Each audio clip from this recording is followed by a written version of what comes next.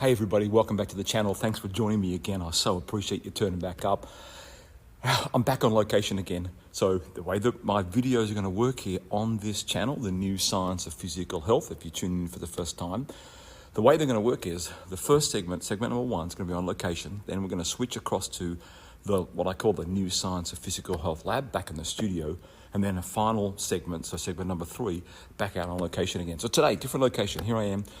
I've been training, and let's not call it training. I've been exercising for health, and I've got myself a challenge that I'm putting together against my students. Here I am at inside a basketball stadium of a school, and my challenge is that there is a test. You may have heard of it, depending on whether you did it at school yourself, with your physical education classes, your PE teachers when you're growing up. There's a test called the beep test, where witches' hats are set up. They'll be set up behind me when I do the challenge. I've been training for it, or I've been preparing for it. 59, you don't train for stuff anymore. I've been preparing for it.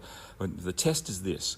You have witches' hats at one end, and then 20 meters away from that, you have another set of witches' hats. And then there's a beep that goes off. It goes beep, and then it goes off slowly to start with, and you have to get to the other end. It's very easy to begin with, level 1.1, before the beep goes off. When the beep goes off again, you've got to go back again.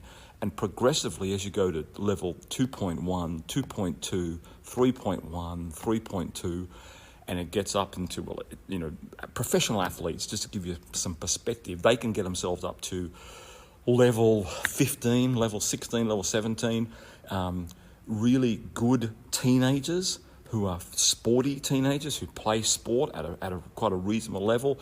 They can get themselves up to level 10, 11, 12, 13 sometimes. I've seen some teenagers get up to level 13, very rarely level 14. So here I am at 59 years of age, and here's my challenge. I think at 59, I can beat 60% of teenagers aged 12 to 18, meaning I know, based on where my oxygen efficiency score is, my VO₂ Max, I can get myself up to around level 7.1. 60% of teenagers that I would challenge, that I teach, they can't get to level 7.1. So I've been preparing myself, exercising, using our activity quotient point system in the health impact software to track my VO₂ Max and raise it consistently. And I've been preparing myself at 59 years of age to beat 60% of them. But then the Veterans PE Teachers Challenge doesn't stop there.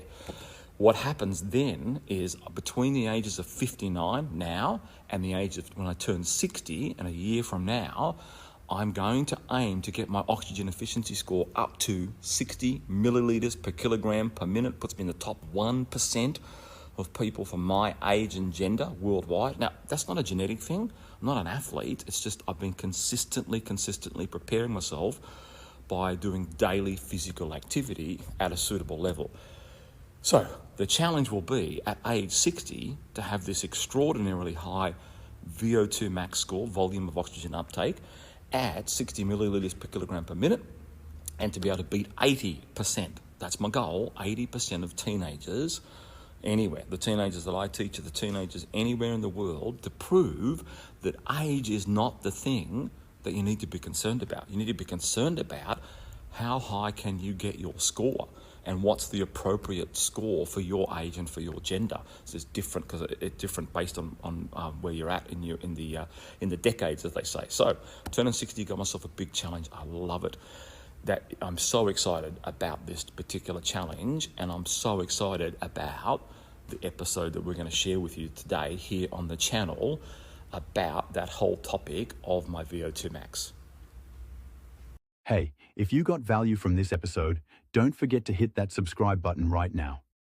Because every week, we are sharing new, science-backed ways to raise your VO₂ Max, lower disease risk, and build real medical protection through exercise.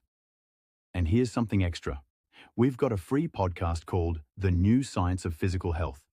It dives even deeper into the life-saving power of VO₂ Max, AQ points, and the exact strategies Shane uses in his own training at 59 years old. So subscribe here on YouTube and check the link in the description to get free access to the podcast. Your future health depends on what you do today, and we are here to help you get it right.